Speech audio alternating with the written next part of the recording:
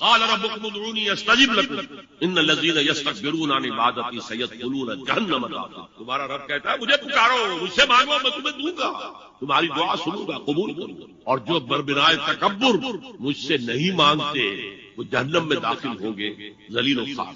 حضور نے ایک بات مجھے متن یاد نہیں ہے، بہت پیاری فرمائی. دیکھو انسانوں سے تم مانگتے ہو تو ایک دفعہ تو اس کے ماتھے پر تیوری پر بل پڑ ہی دی، کیوں میرے سامنے ہاتھ آ گیا، کیوں مجھے چلیے بعد میں کچھ وہ دے ہی دے، ناگوار. ارے اس سے مانگو جو کہتا ہے کہ مجھ سے مانگو اور میں دوں گا. وہ نہ مانگنے پہ ناراض ہے، اس سے نہیں مانگا. رات کے آخری ساعتوں یا جسے آپ کہتے ہیں the small hours of the morning، حدیث میں آتا اللہ نزول اجلال فرماتے جس کو ہم نہیں جانتے کیسے نزول، ذات باری تعالیٰ اور اس کے متعلقات کے بارے میں جو بات آ گئی قرآن میں حدیث میں وہ ہم مانتے ہیں. کیسا یہ ہم نہیں جانتے، اس کا ہاتھ ہے کیسا ہم نہیں جانتے، اس کا چہرہ ہے کیسا ہم نہیں جانتے، اس کی ساکھ ہے، اس کی پنڈلی ہے کیسی ہم نہیں جانتے، وہ سنتا ہے کیسے سنتا ہے ہم نہیں جانتے، کیا اس کے کان ہے، کیا اسے بھی ساؤنڈ ویوز کی ضرورت ہے سننے کے لیے، وہ دیکھتا ہے کیسے دیکھتا ہے ہم نہیں جانتے، وہ اترتا ہے کیسے اترتا ہے ہم نہیں جانتے. جو قرآن میں آ گیا حدیث میں بس. باقی یہ متشابہات میں سے ہے، اس کی کھود کرید میں پڑھو گے تو فتنے میں مبتلا ہوگا. ابتغاء الفتنة وابتغاء تاویلہ. لہذا حدیث میں آتا ہے کہ رات کی آخری ساعتوں میں اللہ سمائے دنیا تک اور پھر ندا لگتی ہے حل من سائل فاعطیہ، ہے کوئی سوال کرنے والا مانگنے والا کہ میں اسے دوں، حل من مستغفر فاغفر لہ، ہے کوئی گناہوں کی معافی چاہنے والا کہ میں اسے معاف کروں. ہم انتا غفور، ہم تو مائل بکرم ہے سائل راہ دکھلائیں کسے، محرم منزل نہیں راہ کسے دکھلائیں. اللہ کے راستے پر چلنے کا فیصلہ کرو، اللہ کی راہ میں جہاد کا فیصلہ کرو، پھر اللہ راستہ کھولے گا. والذین جاہدوا فینا لنہدینہم سبلنا. وہ لوگ کہ جو ہمارے راستے میں جہاد کرے، محنت کرے، مشقتیں کرے، ہم لازماً ان پر اپنے راستے کھولتے ہیں. وہ دعا شرک فی الدعا، مانگو صرف اللہ اللہ. وہ چاہے کسی فرشتے کے ذریعے، چاہے کسی فوت شدہ ولی اللہ کی روح کے ذریعے سے، چاہے کسی کو بھی نہیں، براہ راست اپنے حکم سے. اس کی تو قدرت ہے جو چاہے کرے. کن فیکون، وہ جیسے بھی ہو وہ آپ کی ضرورت کرے گا. وہی ہے جو کہ مشکلات کو حل کر دے، وہی ہے کہ رزق دینے والا، وہی ہے.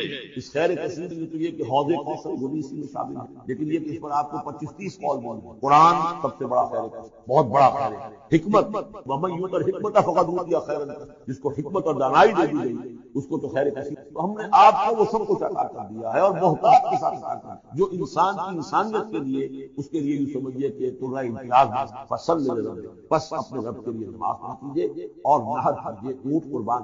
یہ گویا کہ عید الاضحیٰ کا نقشہ ہے. فصل لربک، پہلے ہم نماز پڑھتے ہیں دوگانا عید الاضحیٰ، اور پھر جا کر ہم قربانی کرتے ہیں. ان شانئک هو الابتر، آپ کا دشمن ہی ہے کہ جو دم کٹا ہو جائے گا. اس کا پس منظر یہ ہے کہ جب حضور کے صاحبزادے بچپنی میں فوت ہو تو کچھ جو کفار تھے مکے کے، ایک ہی بیٹا تھا، باقی تو بیٹیاں ہیں، تو معلوم ہے 4 بیٹی، لیکن یہ کہ بیٹا جو تھا وہ ایک ہی تھا، وہ اللہ نے اٹھا لیا. تو بڑے خوشیاں منائی کہ یہ تو دم کٹا جس کا کوئی پیچھے نام نہ رہ جائے. بیٹیوں سے تو نام چلتا نہیں، نام تو چلتا بیٹوں سے، تو ان کا تو کوئی تذکرہ ہی نہیں رہے گا. کوئی بات جب تک یہ ہے آگے کوئی فرمایا کہ نہیں ان کو تو کروڑوں بیٹے اللہ عطا کرے، کروڑوں اربوں بیٹے عطا کرے. ہاں اے نبی، آپ کا دشمن ضرور ہے کہ جس کی پابندی، اس کے قوانین، قواعد و ضوابط کا پورا لحاظ رکھتے ہوئے یہ ہے فصل لربک، اپنے رب کے لیے نماز پڑھیے، والحق، اور اونٹ جو ہے نحر کیجیے، اللہ کی راہ میں قربانی کرتے رہیے. اس دونوں الفاظ کو جوڑ کر ایک نتیجہ نکالا ہے بعض حضرات نے کہ اس سے مراد خاص طور پر بقرعید کی نماز اور اس کے بعد جو نحر کیا جاتا ہے، آ کر قربانی دی جاتی ہے، تو یہ اس سے مراد ہے. لیکن یہ بھی میں سمجھتا ہوں کہ صرف ایک ذوقی سی بات ہے، ورنہ جو پس منظر ہے بالکل ابتدائی زمانے کی یہ صورت ہے. اس وقت نہ بقرعید تھی، البتہ یہ چیزیں موجود تھیں، نماز آپ کو دے دی گئی اسی وقت. اور ظاہر بات ہے کہ جب تک آپ مکے میں رہے یقیناً آپ ہر سال حج کرتے رہے. کیسے ممکن ہے کہ آپ حج نہ کریں جب اسی کعبے کا طواف کر رہے تھے جس میں 360 بت تھے، وہیں کھڑے ہو کر نماز پڑھتے تھے اور سجدہ کرتے تھے جہاں دائیں بائیں بت رکھے تھے. تو حج کے معاملے میں تو ایسی کوئی شے تھی نہیں. مینا میں جانا ہے، عرفات میں جانا ہے، مزدلفہ میں، یا جو بھی ان کا باقی رہ گیا تھا، تو ہر سال آپ حج بھی کرتے ہوں گے اور یقیناً بہت سے اونٹ آپ قربان بھی کرتے ہوں گے.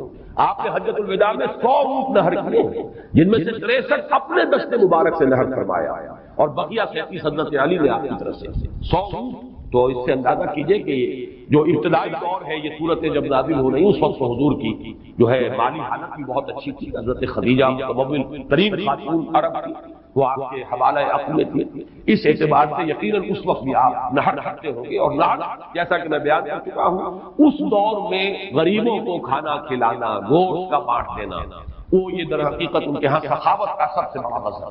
فصل لربک وانحر, تو اے نبی آپ کو شکرانے میں وہ سارا خیر کثیر جو آپ کو عطا ہوا ہے. اسی لیے دیکھیے وہ نماز تہجد جب آپ پڑھتے تھے اور اتنی طویل رکعتیں پڑھتے تھے کہ آپ کے پاؤں متورم ہو جاتے تھے, تو لوگوں نے کہا حضور آپ اپنے اوپر اتنا تشدد کیوں کر رہے ہیں؟ آپ کے تو اول تو کوئی گناہ ہے نہیں, کوئی آپ کے مقام کے اعتبار سے اگر کسی شے کو کہا جائے کہ کوئی فروگزاشت ہے تو اللہ تعالیٰ اس کی بھی معافی کا اعلان کر چکا, تو پھر آپ کی مشقت دے. تو جواب آپ کا کیا تھا؟ افلا اکون عبدا شکورا, تو کیا میں اپنے رب کا ایک شکر گزار بندہ نہ بنوں؟ میری یہ نماز شکرانے کی نماز, میں اپنے رب کا شکر ادا کر رہا ہوں. اس نے جو مجھے خیر کثیر عطا فرمایا, اب جس درجے کا وہ خیر کثیر ہے اسی درجے کا شکر مجھے اپنی امکانی حد تک ادا کرنا ہے. تو فصل لربک وانحر یہاں شکرانے کے طور پر ہے. انا اعطیناک الکوثر فصل لربک وانحر ان شانئک هو الابتر, یقیناً جو آپ کا دشمن ہے وہی ابتر ہے. اس ابتر کے لفظ کی مجھے وضاحت کرنی ہوگی. شنا شین نون اور حمزہ آتا دشمنی کے لیے. ولا یجرمنکم شنآن قوم علی الا تعدلوا اعدلوا هو اقرب للتقوى, کسی دشمنی کسی قوم کی تمہیں آمادہ نہ کر دے کہ تم عدل سے راستہ جو ہے اپنا بدل لو اور دستکش ہو جاؤ, عدل پر رہو چاہے تمہارا دشمن ہے اس کے ساتھ. تو یہ شانی یہ ہے اس کے معنی دشمن. ان شانیہ کا ہو الابتر, یقیناً آپ کا دشمن ہی ابتر ہے. ابتر کے معنی کیا ہے؟ با تا را کا مادہ آتا ہے بطر, کسی شے سے کٹ جانا. خاص طور پر ایک درخت ہے اس کی شاخ کٹ گئی, علیحدہ ہو گئی, شاخ مریدہ, ظاہر بات ہے اب اس کے لیے زندگی نہیں ہے. جب تک درخت سے جڑی ہوئی تھی اس کے لیے تر و تازگی تھی, وہ بڑھے گی, اس پر پھل بھی آتا اگر وہ آم کا درخت تھا. اب جب کٹ گئی تو اب وہ سوکھے گی, ختم ہو جائے گی, اس کے لیے کوئی تر و تازگی نہیں ہے, اس کا کوئی شاندار تخلیق نہیں. تو یہ کسی شے سے کٹ جانا, اسی معنی میں قوم سے کٹ جانا, علیحدہ ہو جانا, تنہا رہ جانا.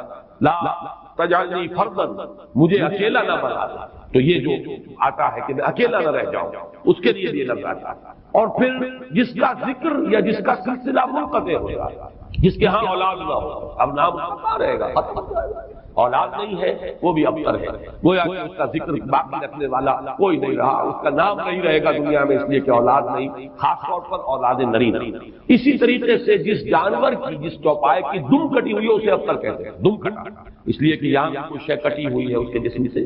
تو یہ مختلف الفاظ ہے, یہ معنی ہے اس لفظ کے ابتر. اب اس کو نوٹ کیجئے, حضور کو ابتر کہا قریش, کن کن معنی میں کہا اس کی تفصیل میں ابھی آپ سنا رہا ہوں, اور اس کا جواب دیا جا رہا ہے کہ یہ آپ کو ابتر کہہ رہے ہیں. اے نبی در حقیقت یہ ابتر ہو, بلکہ یہ ابتر ہے. ان شانئک هو الابتر, حضور کو ابتر کس کس معنی میں کہا ہے؟ بالکل اوائل میں جب کہ حضور صلی اللہ علیہ وسلم نے اپنا پیغام شروع کیا ہے تو لوگوں نے کہا بطر محمد منا, یہ ابن جریر کی روایت ہے, محمد ہم سے کٹ گئے. ہمارا اپنا ایک طریقہ تھا, ہماری تہذیب, ہمارا تمدن, ہماری روایات, ہمارا مذہب, ہمارے عقائد, اب محمد ہم سے کٹ گئے. تو اس کا مطلب یہ کہ یہ شاخ ٹوٹ جائے. یہ اگر جمعیت کے ساتھ رہتے, پورے اپنے قوم کے ساتھ رہتے تو ان کے لیے بھی شاندار مستقبل تھا. اب ان کا مستقبل بہت تاریخ. یہ بالکل ایسی بات ہے جیسے واصل بن عطا, یہ شاگردوں میں سے تھا حضرت حسن بصری رحمۃ اللہ علیہ, وہ تابعین میں سے, ان کا شاگرد اور بڑا ذہین شاگرد.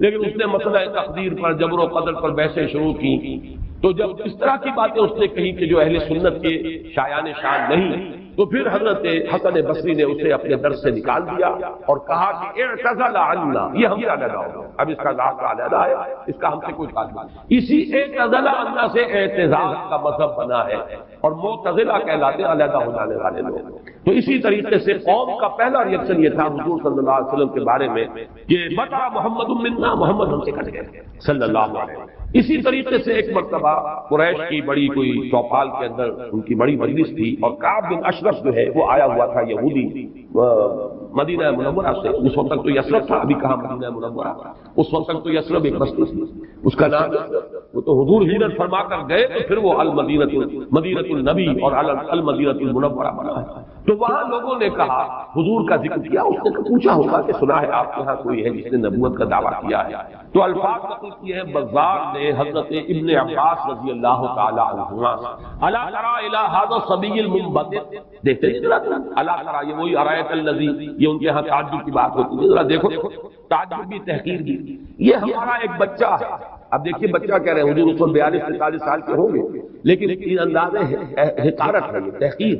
پھر یہ لوگ ہوں گے 60-60 65 70 کے، یہ بڑے چودھری بیٹھے ہوئے، تو ان کے لیے تو وہ نوجوانی کی جو عمر ہے وہ 42-43 سال، وہ بھی گویا کہ بچہ ہونے کی بات۔ الا تری الی ھذا الصبی المنبت من قومہ، تو کٹ گئے آپ کی قوم سے، یزعم انہ خیر منا، اور سمجھتا یہ کہ یہ ہم سے بہتر ہے، اس کا دین ہمارے دین سے بہتر ہے، اس کا عقیدہ توحید ہمارے عقیدہ شرک سے بہتر ہے۔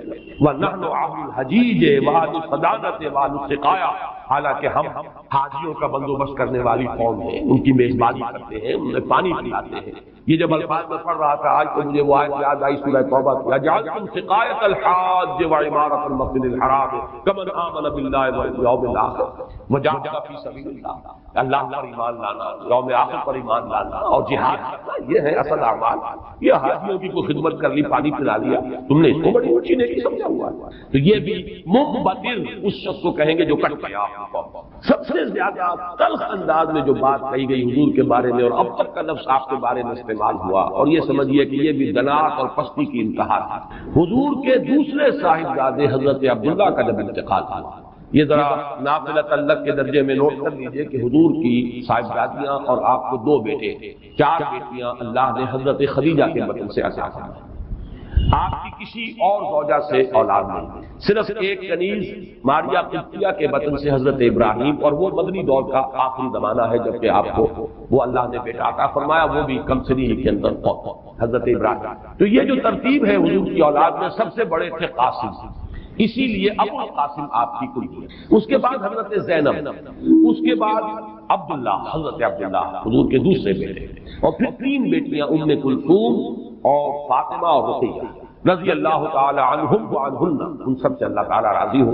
یہ آپ کی اولاد ہے۔ پہلے قاسم فوت ہو گئے تو چلیے ایک بیٹا عبداللہ ابھی آپ کے پاس، جس رات ان کا بھی انتقال ہو گیا اس کے بعد چرچا ہوا محمد اختر ہو گئے۔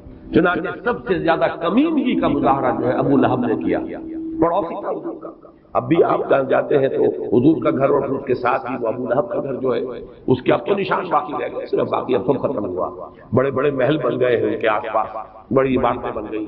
ابو لہب دوڑا گیا ہے اسی شب، ادھر انتقال ہوا ہے عبداللہ کا، اور وہ دوڑا ہوا گیا، اس نے جا کے خوشخبری دی، بدأ محمد اللیلہ، آج کی رات محمد کی جڑ کٹ گئی، محمد ابتر ہو گیا صلی اللہ علیہ وسلم، گویا کہ خوشخبری دے رہا۔ یہ دنات اور پستی کی انتہا ہے۔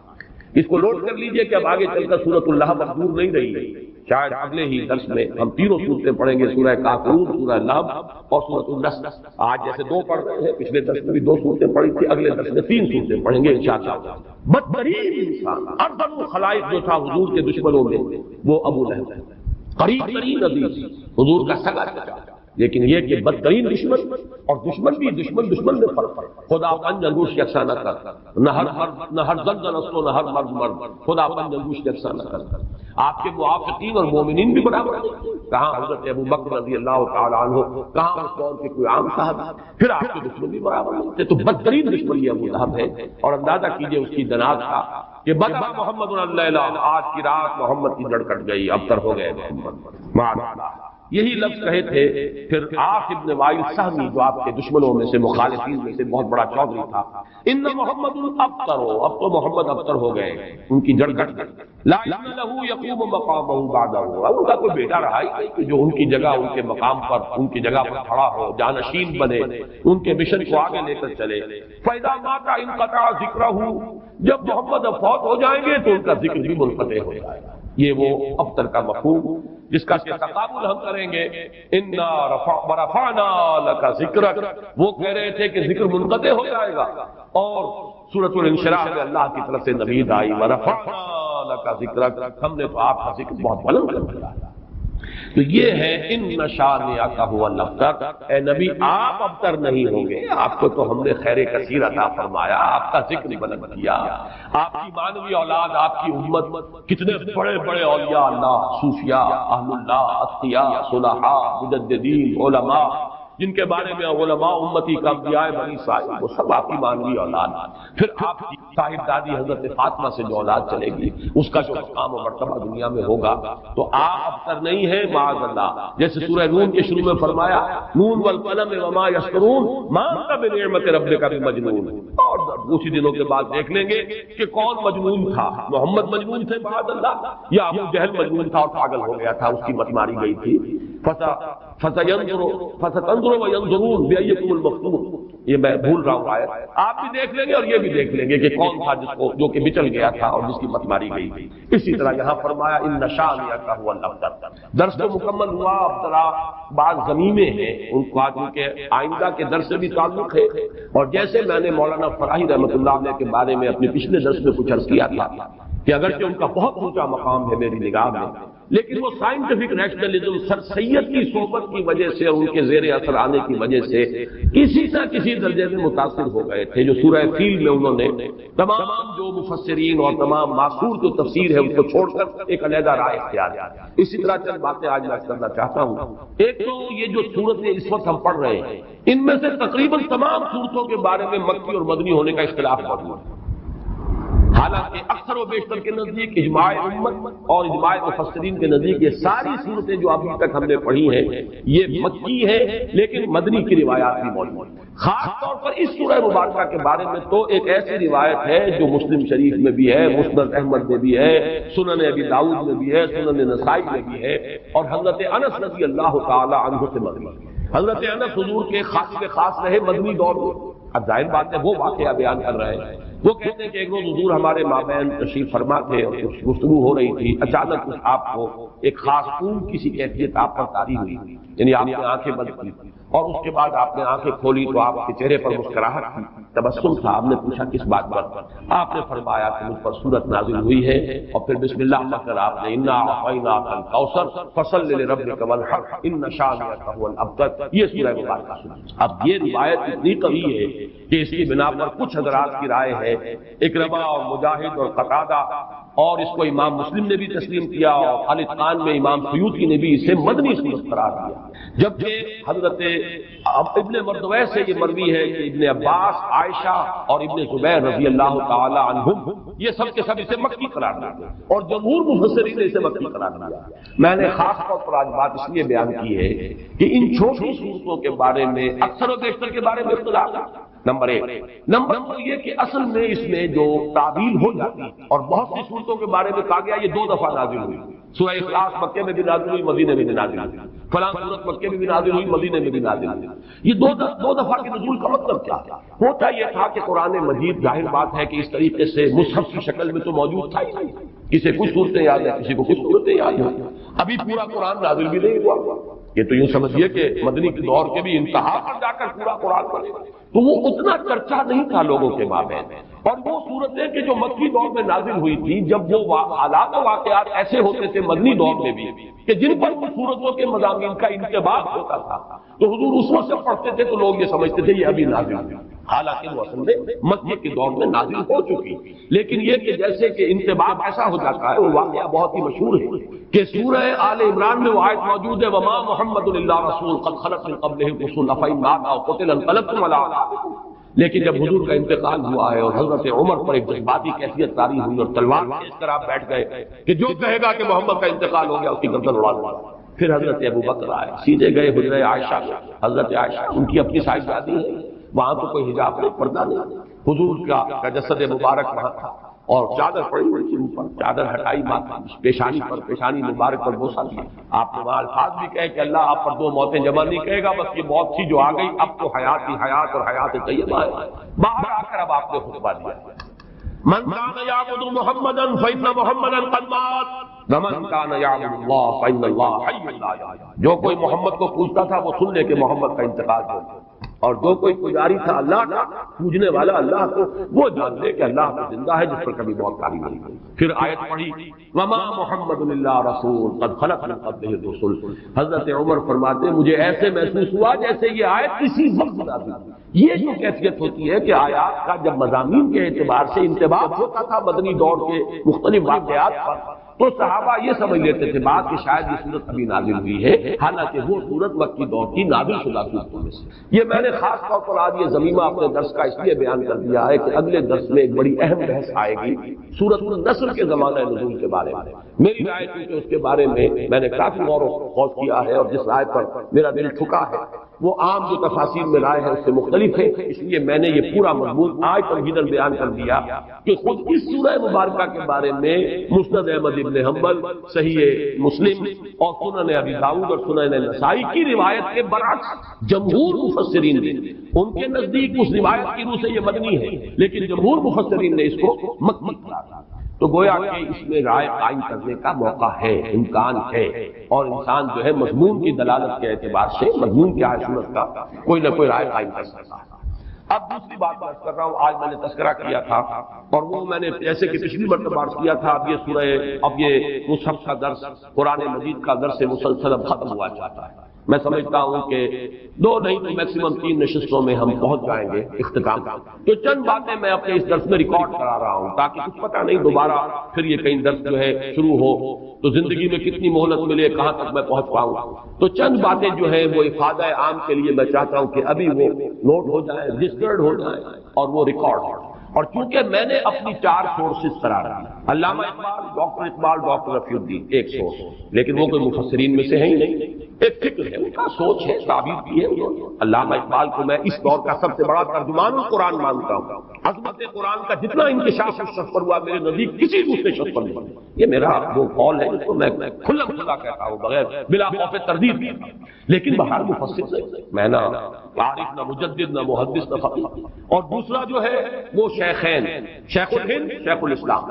شیخ الہند مولانا محمود حسن کا ترجمہ اور شیخ الاسلام مولانا شبیر احمد عثمانی کے حواشی۔ یہ غربت الوثقیٰ ہے جس کو میں نے مضبوطی سے تھاما۔ سلف کے ساتھ میرا رشتہ اس حدیث اور اس ترجمے اور تفسیر کے حوالے سے قائم ہے، اسلاف کے ساتھ میں جڑا ہوا ہوں۔ یہ الغربت الوثقیٰ اس کی وضاحت میں کرتا ہے۔ لیکن استفادہ زیادہ جو میں نے کیا ہے وہ دوسرے 2 شعبے ہیں، مولانا فراہی اور ان کے شاگرد مولانا اصلاحی، مولانا ابوالکلام آزاد اور ان کے مانوی جانشین مولانا سید ابو العلا محمد۔ ان میں سے 2 حضرات کے ساتھ میری طویل ایسوسیشن رہی ہے، جماعت اسلامی کے ساتھ، مولانا مودودی کے ساتھ، مولانا اصلاحی صاحب کے ساتھ اس سے بھی طویل۔